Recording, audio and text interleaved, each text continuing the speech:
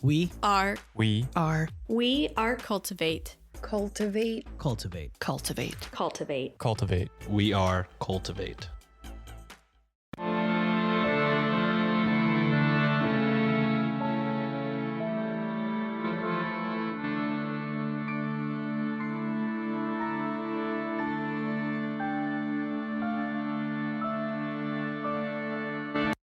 Hello and welcome to Ye Olde Crime, where we discuss the funny, strange, and obscure crimes of yesteryear.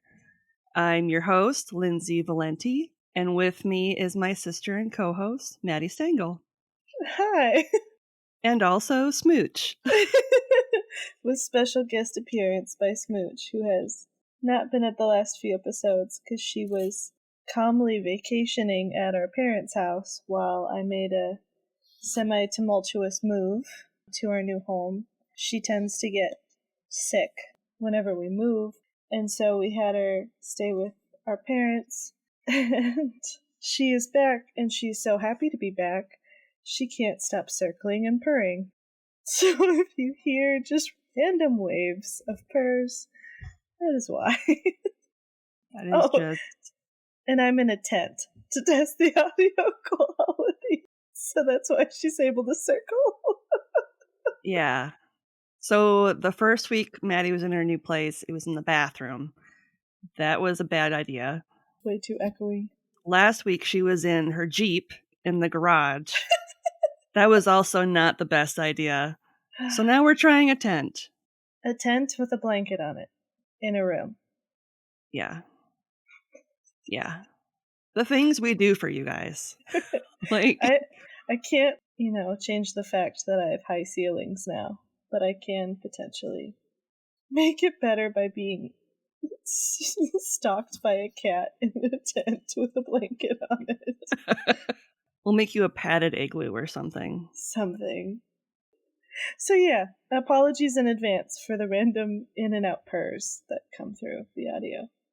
So this week, which is week 2 of Wicked Mock Madness, we are going to be discussing Italian witch villages. Ooh. We're going to Italy. We love a good garlic bread witch combination. Mm-hmm. I do love me some garlic. Yep.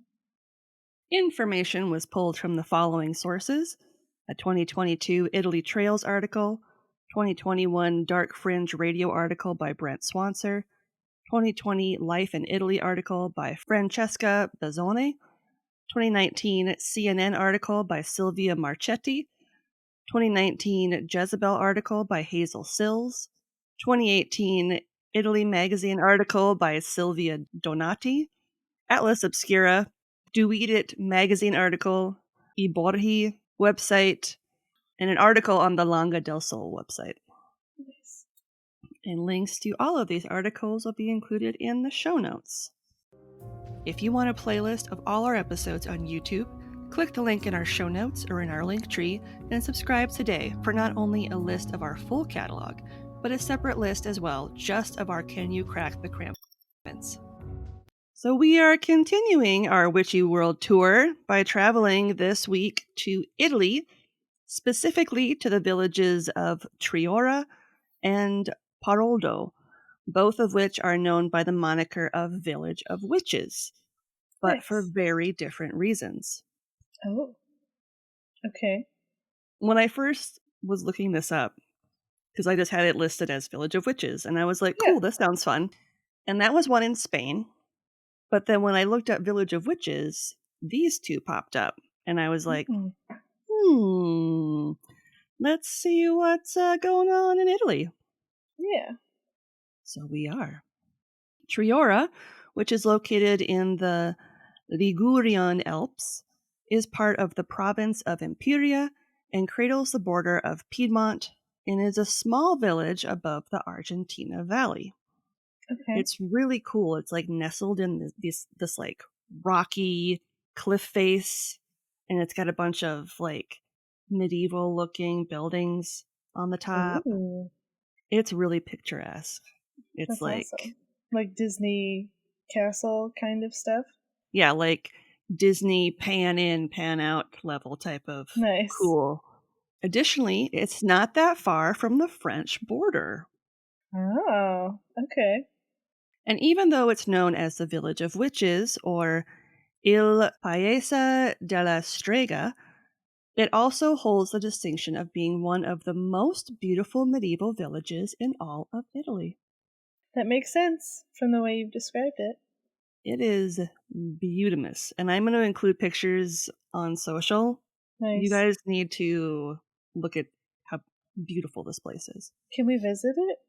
Yes, it is a Okay. real place. I just was wondering if, like, it hasn't been destroyed by war or rocks. Nope. Mountains. It still exists. Awesome. It might not seem like it, but Triora is pretty historically significant. Militarily, religiously, and strategically, even though today it only boasts a population of less than 400 people. Nice. Its name, which means three mouths, is an homage to its three main products of industry: wheat, grapevines, and chestnuts. Oh, okay. Although some believe it to symbolize the three rivers that merge where the village is located. Okay.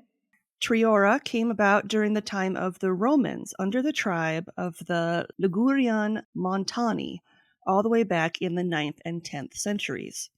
It was later taken by Count Badalucco in the 12th century, at which point alliances were formed with neighboring villages local to the Republic of Genoa, following its eventual purchase by the Republic after they couldn't conquer it the old-fashioned way. Maybe because they have the advantage being in the mountains. They were like, we want that, and then they kept trying to fight for it, and eventually they were like, just fuck it, we're gonna buy you. We're just gonna buy you. It's easier. Right. It became a financially important location, valued for its trade and commerce, and in 1261 it became a granary of the Republic. Nice. Big deal. Fun fact, due to the fact that a particular type of grain is produced here, Triora also has the distinction of being known as the City of Bread. Ooh, the city of bread in Italy. That's significant. Mm-hmm. Just carb central. I just love that. Just eating a bunch of carbs, getting fat and sassy in the mountains. Mm-hmm. With your chestnuts and your grapevines and your wheats. Mm-hmm. Due to its position, it consisted of 5 fortresses, was accessible through 7 gates, and its military actively participated in campaigns for the Republic of Genoa. Its fortification proved difficult to conquer for Emperor Charles IV's troops during the 10th conquest of Triora. In the Battle of Maloria of 1284, Triora sent 250 whippers to support Genoa during their naval battle against Pisa. I don't know what a whipper Whippers. does, but it sounds sexy. I kind of need to know. Yeah, just someone who uses a whip, I guess. Yeah, someone who uses a whip. I guess that's it. So They're just like, we got a bunch of people that can whip. Here you go. not only can they whip, but they can whip it good. So crazy. If it's something else and I'm just not finding it on the internet, let us know. Because I don't know. Yeah. Between the years of 1587 and 1589, around 200 women in Triora and the neighboring villages were accused of practicing witchcraft. Of the women, all endured torture, some jail, while others were murdered or took matters into their own hands and completed suicide in order to escape their fate. Wow. So not like the country last week. Not like Poland, no. Jeez. They were vicious. But why were so many women being accused during this 2-year span of time? Yeah, what the heck? Historians who investigated the witch trials soon discovered that a terrible drought plagued the area, which caused a near devastating grain shortage.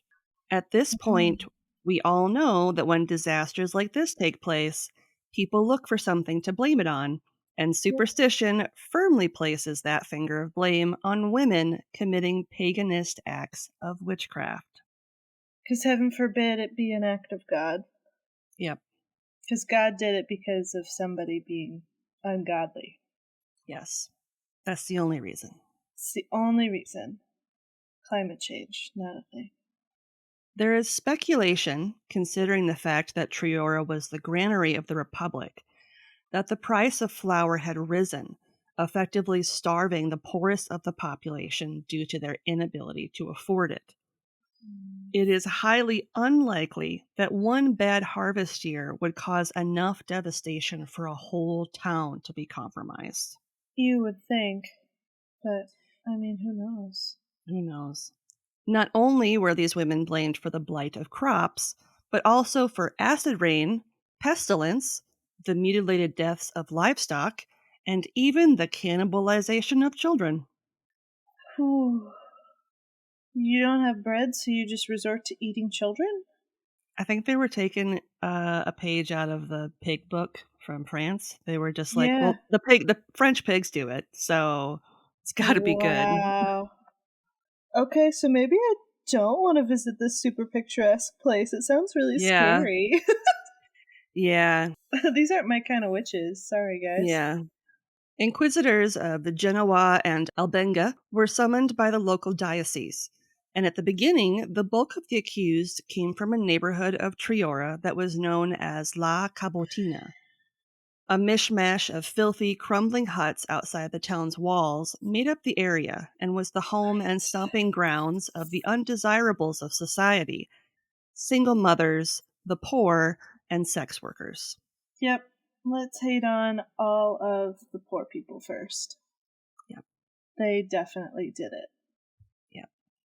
Many of those that followed were ones we've seen accused time and time again in the past: housewives, healers, and midwives. It wasn't long before the first 20 women were rounded up. However, several of them were nobles or belonged to old and influential families. Really? The last thing any of the members of the Council of Elders, which was mainly made up of rich landowners, wanted was to see any of their actual peers accused. Right. So in January of 1588, the inquisitors left Triora, and the accused women were left in prison. Right. Unfortunately, the Republic of Genoa didn't get the memo and sent over Inquisitor Giulio de Scribani, as well as a priest named Girolamo del Pozzo. Inquisitor Giulio, who was a former local magistrate, was zealous in his pursuit of wiping all of the devil's influence from the earth. Right. Just what you need. His prolific use of torture and violence against those accused of heresy was well known throughout the Republic. Right. In fact, shortly after arriving in Triora, Inquisitor Giulio said, quote, "I am here to cleanse this place of that diabolical sect," end quote. Awesome. It wasn't long after this that the number of accused witches rose to 30, as the first 20 women were tortured and convinced to name more of the women that made up their coven. Awesome. Of the initial 20, 18 of the accused broke under extreme torture, confessing that they were indeed witches, and as a result, 13 more women, 4 young girls, and a single young boy were added to the list of accused. Following the roundup, the Council of Elders cautioned Inquisitor Giulio to slow his roll. Before the trials even began, one of the noblewomen had been tortured to death, and another had completed suicide by flinging herself out a window. Jeez. The suggestion by the council was ignored for the most part, with the exception of the release of a 12 to 13-year-old girl, who was no doubt the daughter of someone of importance. Great. It wasn't long into Inquisitor Giulio's time in Triora before even the Genoese Doge started to doubt the witchcraft claims that were coming in as the number of the accused began to swell. For such a small community, it was just too many witches for it to be true. In a bid to keep the trials objective, the Doge sent officials to Triora to rein in Inquisitor Giulio, Because keep in mind, even though right now it's at 30, it rises to 200. That's insane. The Triora witch trials sparked similar witch hunts in neighboring countries like France, and during a 2-year span of time, women throughout Italy were arrested and tortured under the guise of committing acts that went against God, their neighbors, or at the expense of innocent children. Mm. Although the practice wasn't widely used in Italy as it was in other countries around the world, we do know that at least 4 women were burnt at the stake, even though there was a severe lack of evidence and considerable amount of doubt around the confessions extracted from them under torture. Isn't it also super not ideal to burn people during a drought? You would think. Mm. You would think. Yeah. But what do I know? Yeah, seriously. It took 2 years to condemn the remaining quote-unquote witches, and during that time, 7 women had died in Triora's jails, while another 5 passed away in the prisons of Genoa. It wasn't until August 28, 1589, that the Triora witch trials finally came to an end. We don't know for sure what happened to the others, as there are conflicting reports. Some believe that they were taken to Genoa, where they were imprisoned until the Holy Office buckled under pressure and set them free. Inquisitor Giulio was also later excommunicated for his part. Yeah, good. He should have been put to death, but whatever. Yeah. As far as a final death toll as a result of the Triora trials, we don't know that either. The only deaths we know of for sure are the 4 women who were burnt at the stake, the 12 that died in prison, the noble who had been tortured to death, and the other who completed suicide. Outside of that, we have no idea if others were put to death or if the rest were quietly released to abjure or forcibly leave the country once the storm of witch hunting had passed. Yeah. It probably wasn't great, whatever it was. Yeah. Those interested in visiting Triora today can find reminders of this dark period in their history everywhere. The Ethnographic and Witchcraft Museum in town contains reconstructions of the torture methods that were used, as well as artifacts from the trials. I don't know if I want to know that. Mm-mm.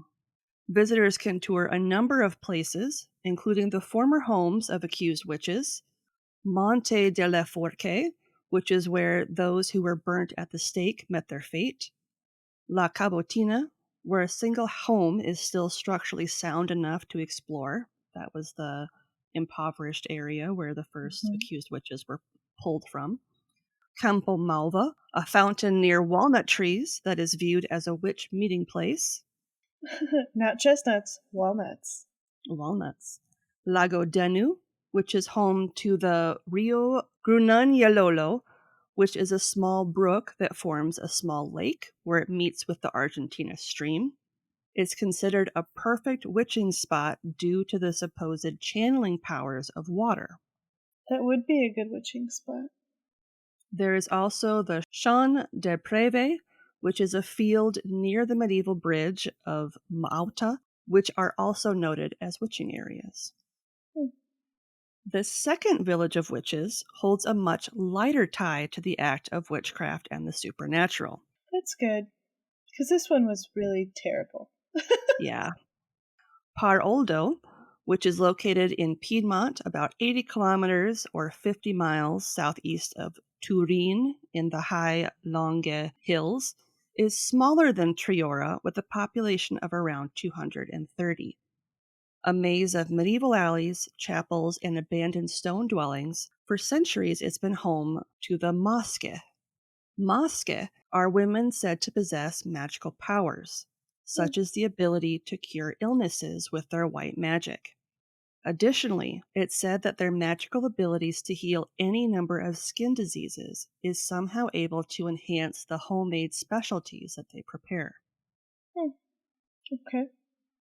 The ritual of healing involves the Masche chanting prayers, all while rapidly cutting the air with their fingers 3 times, creating the shape of the cross close to the afflicted body without actually making skin contact.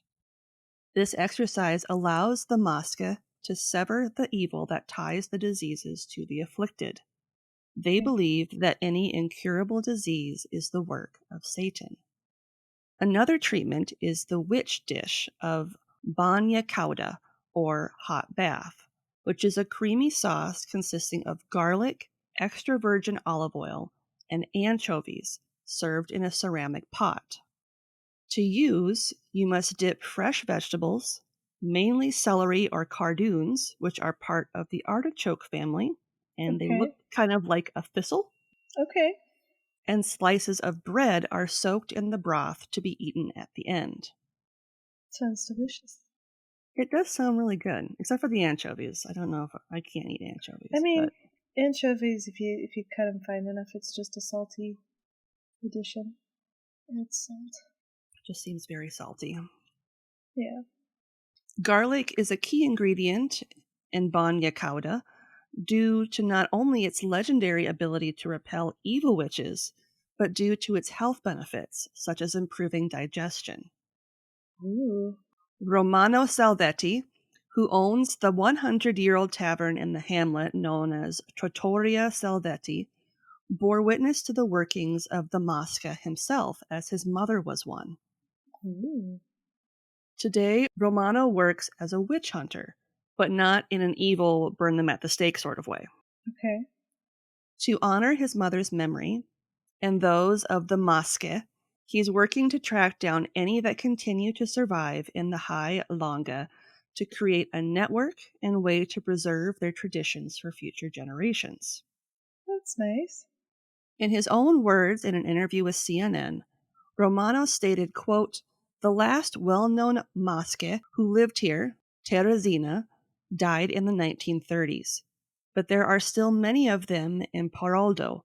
They just like to keep to themselves and don't want to spread the word," end quote. Yeah, I bet. I bet they don't. There's a history of people not responding well to them. So Yeah. It's said that way back when, the Mosque would be called upon to act as healers when traditional methods of treating the ill failed. Working in shifts, they would only cease their healing practices when the local church bells rang in the evening.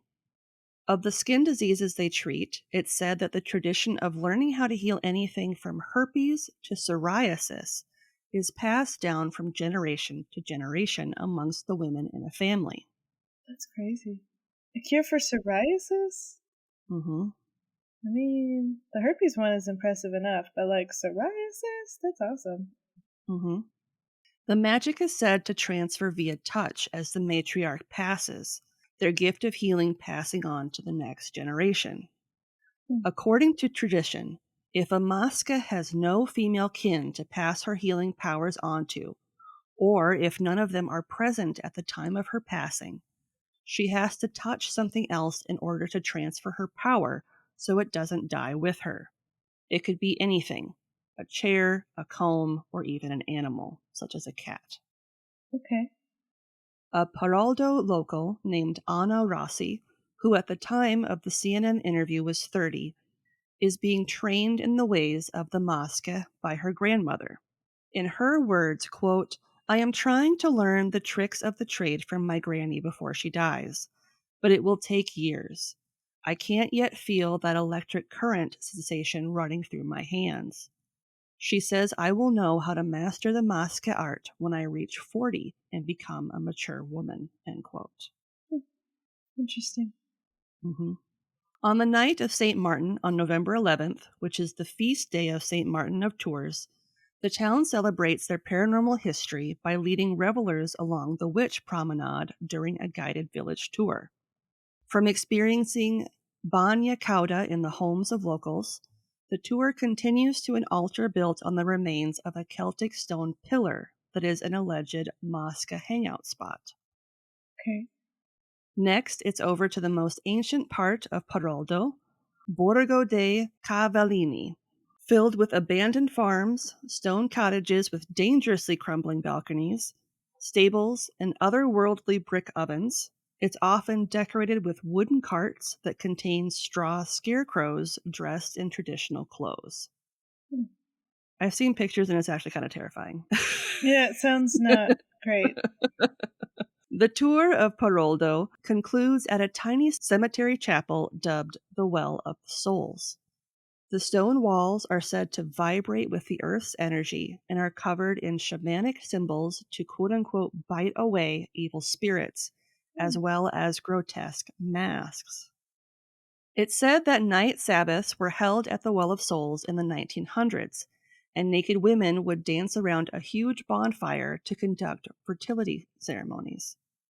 The men would also take part, wearing wolfskin masks, as the women would spread a poisonous unguent made from belladonna that they would smear under their armpits. Interesting. It's said that the concoction could make them fly. In a psychological way, yeah, belladonna's used as a sedative. So, Yeah, that's kind of how I took that. I was Yeah. like, I don't think literally, but maybe No. mentally. absolutely mentally you would fly smearing that in your armpits. Mm-hmm. And it's not just the Feast of St. Martin that is celebrated. Friday evening is the Masca dinner. Saturday is a festival of events and shows, followed by the Bagna Cauda dinner Cavallini. And Sunday is a dedication to summer with a fair of local delicacies.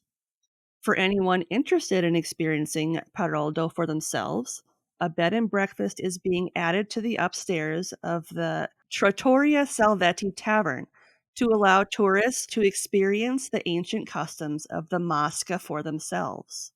Nice. And that is the tale of two villages that couldn't be more different, but are still known as the Village of Witches. Nice. Looking for more content? You can find us online at yieldcrimepodcast.com. If you'd like to see pictures from this week's episode, not to mention bonus content and funny memes, make sure to follow us on Twitter at YieldCrimePod and on Facebook and Instagram at YieldCrimePodcast. On TikTok, of course you are. Follow us at YieldCrimePodcast. I'm Jackie Moranti, and I produce a podcast called Cause of Death 100 Seconds to Midnight. Have you ever read or watched any post-apocalyptic fiction? Were you one of the first people to see The Road or I Am Legend when they came out? Do you wonder if those things could really happen? Could the world as we know it be toppled by a disease, a global crisis, or a natural disaster? I assure you that it could. My show talks about the precursors to apocalyptic events. I like to call it pre-apocalyptic nonfiction.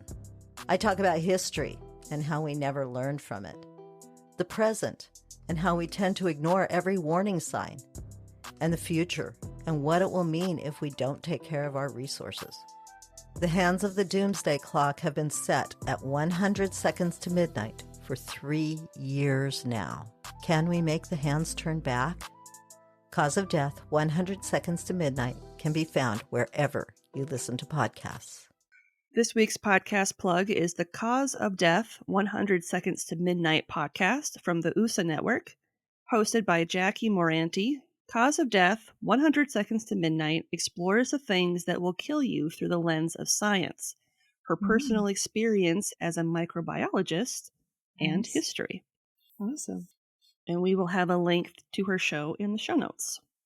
So what is something good you'd like to share? Smooch is back.